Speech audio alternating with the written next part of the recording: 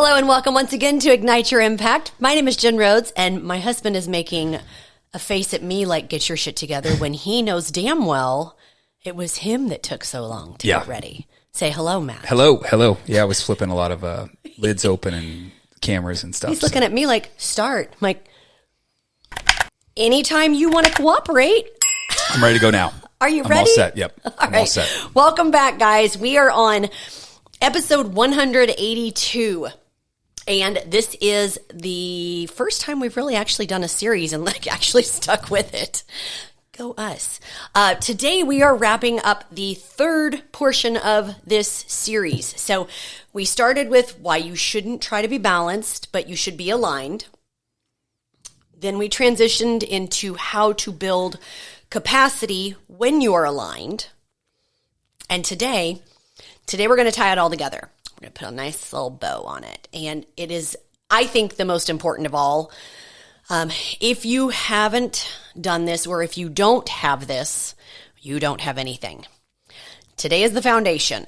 And we're going to sound like a broken record today. I know we've done several podcasts on foundation, but I like the tone where this goes. Today is the foundation. Ownership, not blame. Not shame, ownership. Yeah, this is where it all starts. And frankly, if the world just did what we were going to talk about today, we would all be living in a different world. Oh man, wouldn't that be simple? However, we could share a Coke and a smile. However, that's kind of the point. You take ownership of yourself and don't worry about the rest of the world, and everything seems to fall into place. Yeah. So yes, it would be nice if everyone did this, but that's not reality. But if you do it, I think what we're going to talk about today, you're going to see all kinds of changes. You don't worry about the world. You don't worry about your neighbor. You don't worry about anyone but yourself. Worry about yourself. About yourself. When you worry about yourself, everything falls into place. And, we are so passionate that this is the key. What we're going to talk about today, it's the entire premise around this entire podcast. Yeah, this is what changed everything. Yeah. 5 years ago for us. This specific idea. Yeah, and if you stick till the end of the podcast, because I already know how I'm going to sign this off. I've already got it in my head. You're going to know just how much we actually believe in this, what we're going to talk about today. So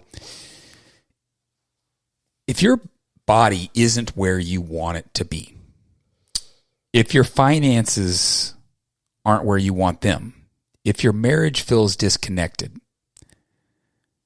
there's only one place to look. It's not the economy.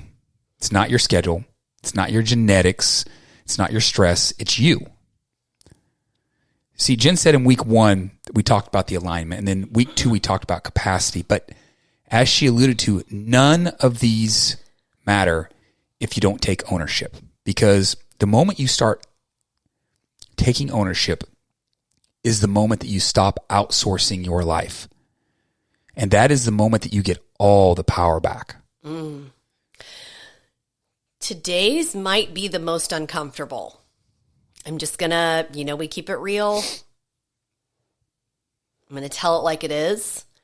Ownership removes excuses, right? But it also removes helplessness. And that's powerful. Yeah, because the ownership gap, you're sitting here listening to this and you're wondering if you have that. It's a very subtle blame. So subtle. It sounds like it's just a busy season. It sounds like I don't have time. I'm not wired that way. This is just how business is. The market is crazy or down right now. Damn, I can't tell you how many times with me being investing that I hear that. Some form of that about the market or something there. And here's the thing. Those statements aren't crazy. Everything I just said, this busy season, the market's is crazy. I don't have time. They are not crazy. They're very reasonable. But reasonable excuses still produces average results. Average. Winners don't seem to have any of those excuses. See, ownership asks a different question. It doesn't ask, why is this happening? It asks, what part of this is mine? that I need to take ownership of? I love that. I love that. I remember posing that question to our staff, like in a management call. This has been a few years ago. I'm like, what do I need to change to help support you guys better? And I don't think they'd ever thought about it, but we had some quick answers, but that alone helped really bridge the gap to accelerating our business. Now, this question, what part of this is mine? That question changes everything, because the moment you ask that, you stop waiting, you stop hoping, you stop pointing, and you start building, right? Like I just said, it was a game changer for our staff, and they were like, oh, hey, we need this to change. Done. Let's go. Let's keep moving forward. Let's advance. So I want to talk about body first. Ownership in fitness sounds like this. Not, I don't have time, but I haven't made it a priority. Not, my metabolism is slow, but I haven't built consistent habits and executed repeatedly. Not, I fell off, but I stopped protecting my standards. That shift is uncomfortable, but it's powerful, because once you can own that, once you can kind of own your shit, right? You can fix it. Your body is not confused. It reflects your patterns. Ownership means I am responsible for my inputs, not perfection, responsibility. I often, it's funny, the things that I hear, and they're guarded statements, honestly. I have women that come up to me and say things like, well, you own a gym, so it makes sense that you're in shape. Or you probably work out all day long, right? Oh my God, you probably live in the gym. You probably don't need accountability. I had one of my clients look at me and goes, you have a coach? Yeah. I take ownership. I'm not perfect. I am well aware when I am on my bullshit. I'll tell my optometrist all the time, like, I'm back on my bullshit. I'm not taking out my contacts. I'll own it. I have to block my schedule. And I have to block it in such a way that my employees can't decode my little codes and know, oh, she's just working out. We can interrupt her. I have to block my schedule, and I guard it. I have the same crazy things in my life that you do. I really do. But I start with ownership. I own my blind spots. Hell yes, I have a coach. Do I always do what he says? No, because I own my bullshit. And I'll be honest. But it's on me to figure out, right? Now that I've stepped back into the gyms a lot, I was having a really hard time getting a workout in. And it's not that I'm mad about it. Members have questions. I found things to clean. The energy's just infectious. I could have easily made it all an excuse. But no, this is on me to figure out. Getting my workout in is important to me. Now, was I 5 days a week? No. I had to be reasonable with my schedule.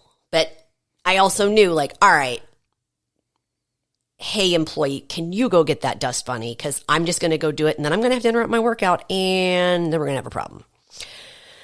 So this is on me to figure out. So I've actually joined another gym to get my workout in. And guess what? The place is fucking crawling with dust bunnies, and it drives me crazy. And you know what I do? I sit on my machine, and I get my workout in, and it kills me. It burns my brain. I take pictures of it and send it to my employees. It's tough to pay someone else when I already have a gym. It's really tough. But that's what ownership looks like. Focused execution. Now, before you jump, go back to all those things I said earlier, the subtle excuses. Jen has all those. You know, the person saying, well, you own a gym, you should be able to work out. But she has all the excuses why she can't work out. But she took ownership. She got to find a way around it. I just want to highlight that point. That is taking ownership and saying, all right, I still got to get a workout in, but I'm not getting one done at the gym that I own. I can't go to either of the gyms, but I love being there, but I've got to get a workout in. Yeah. So how do I take ownership and figure this hard. out? Yeah. It's hard for me to go to another gym. It really is, because I fucking love my members. But I will stand and I will do whatever I can to serve them and not serve me. And that doesn't serve either of us. Yep. On the flip side, the women that come to me and my coaches at the point of, I haven't made this a priority yet, or I haven't built consistent habits, or I stopped protecting my standards and I need help and accountability. Those are the ones that are having radical transformations in their body and their life. They took ownership. They know their own bullshit, right? Now, ownership does not mean beating yourself up. I will not participate in that. It means being honest. If you're skipping workouts, if you're emotionally eating, if you're sleeping 5 hours, it's not a personality flaw, and you're not a piece of shit for it, okay? It's a systems issue, and systems can be rebuilt. Yeah, I love that. Let's jump into the next one. Let's talk money. So ownership and finances, as Jim was saying, it doesn't sound like this. The market is bad. It's, have I built a long-term strategy? It has nothing to do with the market. Or it's not, I just need to earn more money. It is, am I building assets, or am I just making income? It's not that I'll invest later. It's, am I avoiding education and responsibility, or reaching out to someone who can help me? Most bad money decisions aren't from ignorance. They aren't. They're from emotional depletion. It is avoiding numbers. It is delaying investing. It's chasing quick wins. And I don't want to get on a rant, but I kind of alluded to this a little bit earlier, but the market timing thing, it just blows my mind. When someone says, and you can put this in any area of your life, but just think about the market. Interest rates are up, although the last couple of days they ticked down, but generally they've been up. It's what it does. Yeah. There is a shortage of housing right now. So if you're an investor and interest rates are up and there's a shortage of housing, it means it's really tough to find deals. And when you have interest rates up and insurance up, it shrinks your profitability. I want, as I'm telling everyone, put this into whatever area of your life you're thinking of. This is all true. But when you take ownership, do you know what else is true? It weeds out the weak, the ones that are afraid of the housing shortage, afraid of the interest rates. Because when you take ownership and you stop looking at all these outside factors and you put your head down there and you get after it, there's way less competition because it weeded out all the weak. That means, are there less opportunities? Yes, but less competition. So the opportunities aren't really changing. You know, wealth requires calm. It requires patience, and it requires ownership. And that's what taking ownership is, not worrying about what's going on in the fucking world and doing what you need to do. You cannot build a long-term stability with these short-term excuses. You just can't. That was powerful. I think ownership with money also means this. If you don't understand it, learn it. If you're stressed about it, look at it. Don't avoid it. We're not ostriches. Ostriches? I think you said that right. That's the plural of ostrich. Yeah. You know what I'm trying to say. Avoidance compounds. Right? I use the ostrich analogy a lot. Our children used to do that. Well, our daughter mainly. She just would put her head in the sand, and by the time she picked back up, mom had fixed it all. You can't do that. It compounds. It's just going to make it worse, right? Ownership builds clarity. Clarity builds confidence. I don't fix things for her anymore. I let her figure it out on her own. So we've talked body, we've talked money. Let's go on to the next one. Let's talk home. This is a big one.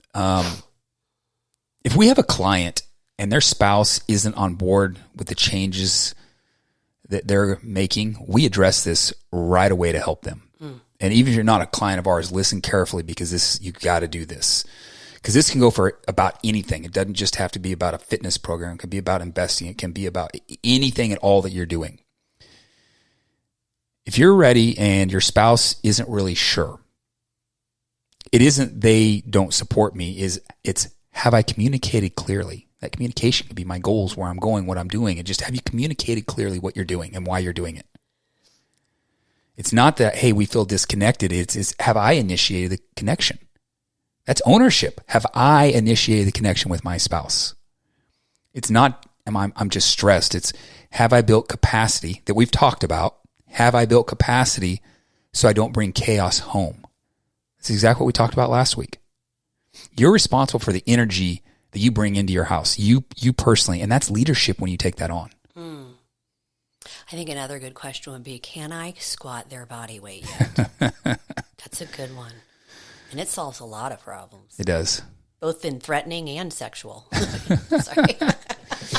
You tend to back off when you can squat their body weight. But ownership doesn't mean you control everything. There are many things I would love to control, and I can't. I have to control my contribution. You control how you speak, how you show up. Guys, this was the game changer part for us.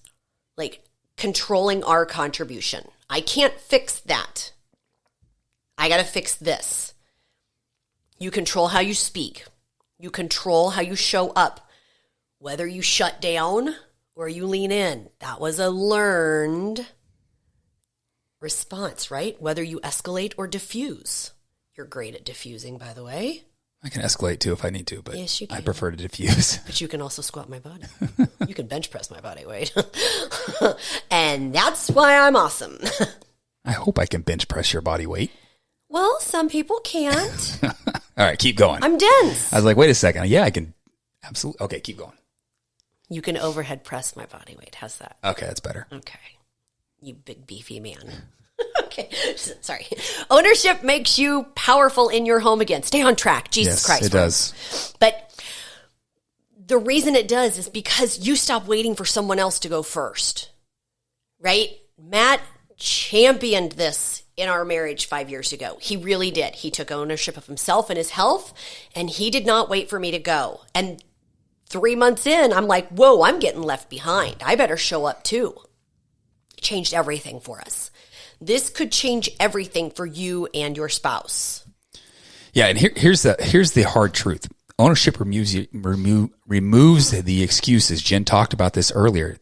It's the hard truth. It removes all those excuses, and that's scary. It really is, because when you own it, you can't blame it on the market, on the spouse, on the time, on the stress. When you own it, you can't blame it anymore, and that's scary. But here's the flip side to that. The moment you own it, you can change it, and that is freedom. You know, last week, this was a banger from last week. We got a lot on this. It's something I said about if your output grew faster than your infrastructure, you build the infrastructure.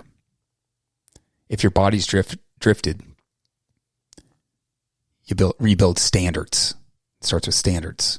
If your money is messy, you create structure. If your marriage feels strained, you initiate, and that is ownership. I'd also say it's an identity.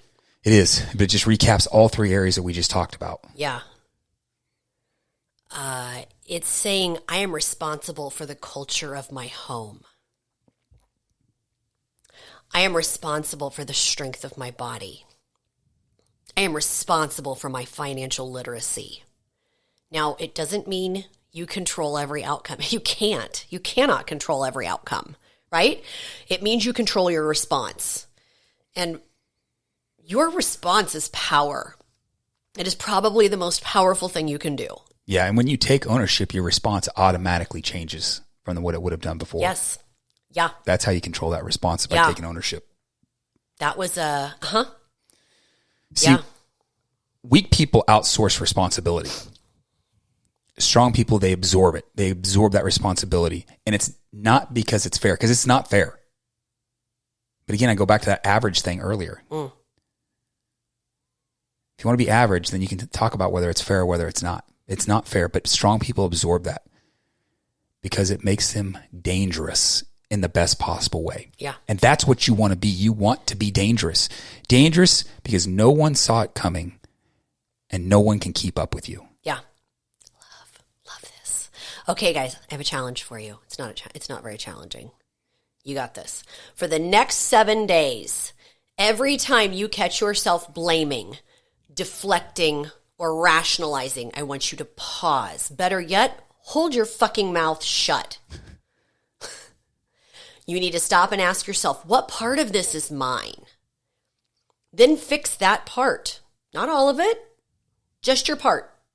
That's how you rebuild power. And don't overcomplicate it. Small ownership shifts create massive momentum. Clarity in one area spreads into others. And I will say it only takes 10 to 14 days of consistent, relentless behavior. I love that. To shift.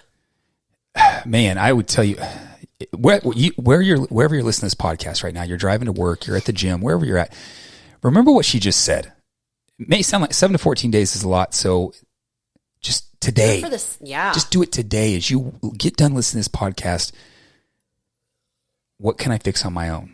And just see what that does. It's going to change your whole perspective. See, alignment, the alignment portion that we talked about tells you where to focus. That was the first part of this series. And that capacity gives you the strength to carry it. That was the second part. And the third part today is ownership ensures that you do not drift. Strong body, strong bank, strong home. It starts with you. If you've listened to the intro to our podcast, if you've listened to what I said earlier, how I'm going to close this, it starts with you. Ignite your impact. Yeah, I love. Well, ladies and gentlemen, that was it. This one concept has been the most important thing in our rocket ship trajectory over the last 5 years. So much so that that's what we titled the podcast. So I hope you go back and give this one a second listen. It's worth it. You'll catch some additional nuggets. And I just want to say thank you for being with us as we closed out this 3-part series. We actually completed a project. Go us. High five. Yep. And as always, we'll talk to you again next week.